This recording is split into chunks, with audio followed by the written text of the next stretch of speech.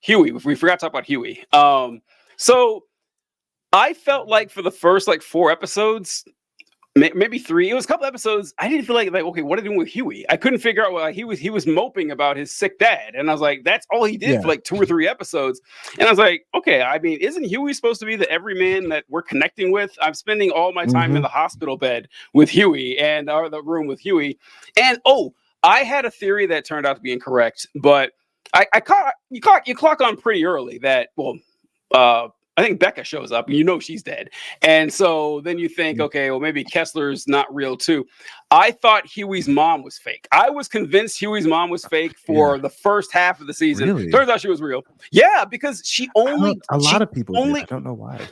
Well, because what it did to me is because immediately after Butcher sees Becca, like the next scene, Hughie sees his mom. It was like, that's what did it for me. I was like, oh, are they both hallucinating? Because like they both took V. I thought maybe that was it. And the fact that for the first 2 or 3 episodes, she never left the hospital room. It was just her and Hughie. And so that then, like the doctor came in and was like, okay, and they do the power of attorney. It's like, okay, well, she's obviously real.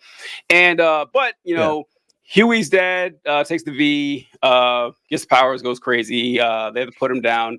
And then Hughie actually gets back involved in the show, only to be tortured and sexually assaulted like every other episode. It's like, God, Hughie went through a lot. It was, right? It was like you said, like the shock value, they were turning it up more and more. It's like, you guys don't need to dial it up. This show has plenty of shock value. And it was, but I was about to say it's almost like, especially in the Tech Night scene where it's almost played as a joke. No, it is. Like, it is played as a joke. Like, he's like being. No, it is. And that was it was too much. And Eric Kripke even says in an interview that they played that scene as a joke. He actually expressed that he was surprised that people were dead ass confused about that. He was like, guys, it was meant to be funny. And in my head, I'm like, in what universe is Hughie, after just experiencing the death of his father, getting genuinely sexually assaulted? Who's laughing at that? And this is what really sort of like made me sort of concerned for the future of the show. Because my question is like, who's the intended audience? Because if you create an audience of like left people who bask organization of right-wing ideology, but then you make like a haha isn't sexual assault funny joke, it's not generally something we like to laugh at over here. It might be like a weird blind spot. Like that just might happen. Like people, you're like, like, I mean, Eric Kripke is probably like in his 50s or something. And so who knows, and so, you're like, oh yeah. Cause honestly, like, look, about culture growing up, like, how many prison rape jokes have we heard? Like, oh, it's so funny. Don't drop the soap. It's hilarious. You might get raped. And so, like maybe he's older and he's like, yeah, dude's getting raped is funny, right? We're all laughing at this. We're like, oh God. And and it wasn't, you're right. It was extensive. It was like half the goddamn episode where, they're just like, it was like, even if you did want to play it as a joke, you didn't have to make it 15 minutes long. And listen, we're not prudes here or anything. You can make plenty of funny, offensive jokes. Listen, I laughed my ass off when Tech Night was talking to A-Train about how his family were slave catchers. So fucking funny. Bro, that scene was so fucking. He said, "But we would have caught you. We'd have caught you." I forgot about that scene. That was side splitting. Okay, so listen, like, that's a very offensive, racist joke. It was funny. It's fine. Like, you can talk about like complex or offensive topics, but you got to do it. You got to do it well. And I don't think the Hughie thing was done well. And then I feel like I'm not the first one to talk about this. It's like what everyone talked about. Starlight getting mad at Hughie for that was really strange.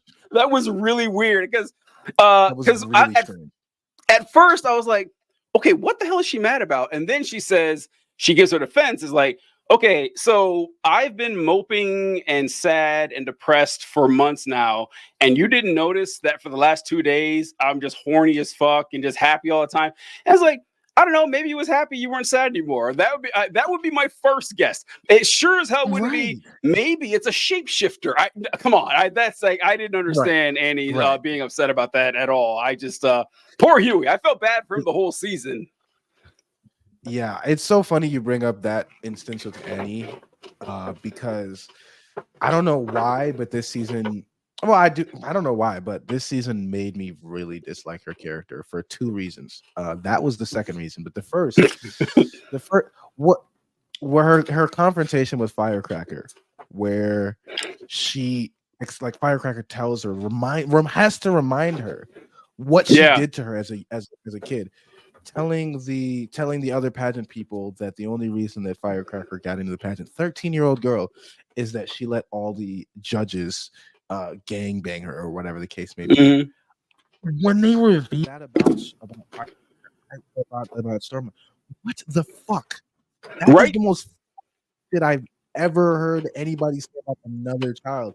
And the simple fact that Firecracker had to remind her in the same way that Homelander's fucking Joe or Jack or whatever, Frank, had to be reminded what he did to Homelander, really rubbed me the wrong way, because one of those things I really don't play about is childhood bullying. I went to a school where there was a kid that like killed as a result of bullying, and I was like, that's something. I think we do a lot of absolving people who like did bullies as children of blame without them actually having put any work into apologizing or like rectifying what they did. Like we just like give them the benefit of the doubt in the sense that, oh, they're adults now, they knew better. But here's the thing, is that these things have such lasting effects on the victims of these bullyings. They don't get to put it out of their mind into adulthood. Right. They don't get to just forget it. They were robbed of that opportunity. And so having seen Starlighter say those things, finding out that she did those things, I don't know, man, really rubbed me the wrong way. I was like, damn, that's indefensibly fucked up. Like even as a kid, like, and when I was a kid, if I was bullying somebody, I'd be your shoes are ugly. That's a crazy because that displays a type of maliciousness, a type of like meticulous malice that is abnormal even in a child. Like that shit honestly is like worrisome even in a child. But I don't know, what did you think about that? No, listen, I like straight up didn't like Starlight this season. I because here's like Starlight has been a perplexing character to me. Honestly, the last scene of this season when she took off and was like, okay, finally Starlight's useful. Finally, she has something that can aid this, because you ask me, she seems to be like, she should be the most valuable member of the boys. Not only is she a soup, but she was a soup who was in the 7 and has national name recognition and influence. And I feel like she's a liability half the time. Like she should be by far the most important person on that team. And if you told me to pick 3 of the crew, she's not making the cut. I'm sorry. I'm picking 3 people. Starlight is not going to be there. I'll take depressed Frenchie before I take Starlight and get more work out of it. But so then. But when it came down between her and Firecracker, I was like, oh yeah, Firecracker's terrible. And then Firecracker's like, do you remember what you did to me when she was 13? And it's so funny you mentioned Frank, because it's an exact parallel, because Frank and Annie didn't remember it. They did not remember the torture that they had caused. That was an excellent comparison right there, which means she was probably doing this shit all the time. She was probably doing this to all the contestants to like clear the way to, and like you said, they don't get to forget the trauma that happened. Like, it crushed Firecracker, probably ruined her career and everything.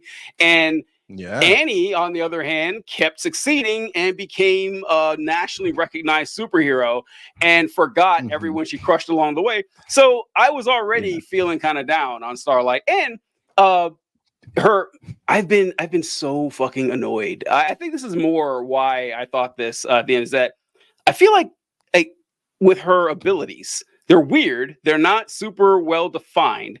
And I don't know, did we know before? Oh, yes, we did last season that she drew energy from electricity, because I thought it was just light, but apparently it was just electricity.